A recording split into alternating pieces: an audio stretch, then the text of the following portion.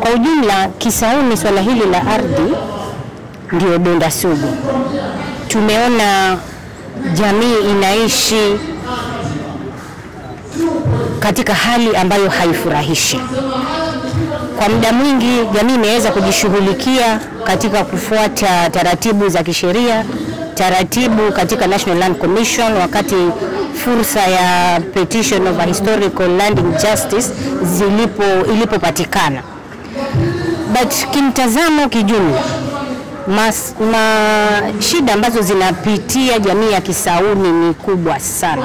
Hivyo basi leo tumeweza kupata fursa ya kwanza kuweza kukutana jamii pamoja na viongozi kuweza kujadili hili swala, kwa sababu mara nyingi imetulazimu hata kuandamana, viongozi wetu hawawezi kupatikana maofisini. Swala la hatma ya jamii kuhusiana na kesi mbalimbali na hali mbalimbali ya mashamba tofauti tofauti, nikiongea kibinafsi ninaongea hiyo land ya Gamaka 4,320 plus acres zimechukuliwa na private entity. Jamii for the last 20 years imehangaika kutafuta haki yao, kwa sababu ile ni ardhi ya mababu zetu. Hivi sasa kama National Land Commission imetekwa jukumu la kuweza kutathmini historical injustice, hilo jambo limewashinda kwa ajili ya community ya Mombasa. They can never define what historical injustice is all about.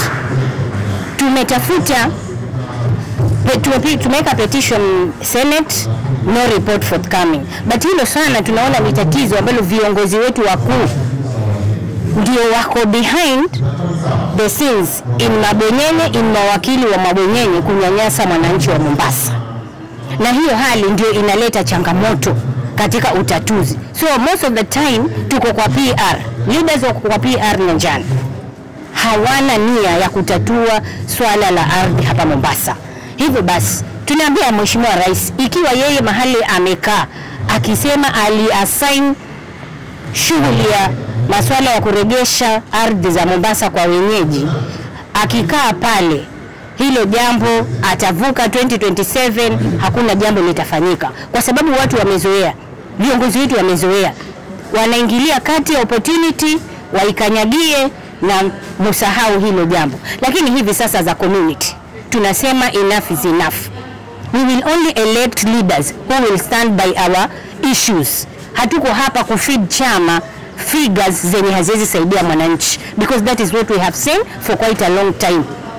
Tuta address masuala yetu wenyewe, na kama rais uko pale ni lazima ushuke uje uaddress masuala ya Mombasa, hususan Kisauni.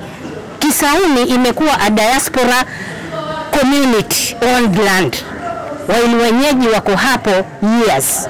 Kwa hivyo hilo jambo sisi linatusikitisha. Issue ya mazingira, maji, hakuna any planning, watu wanaishi tu. So sisi tunaomba tuweze kusaidika.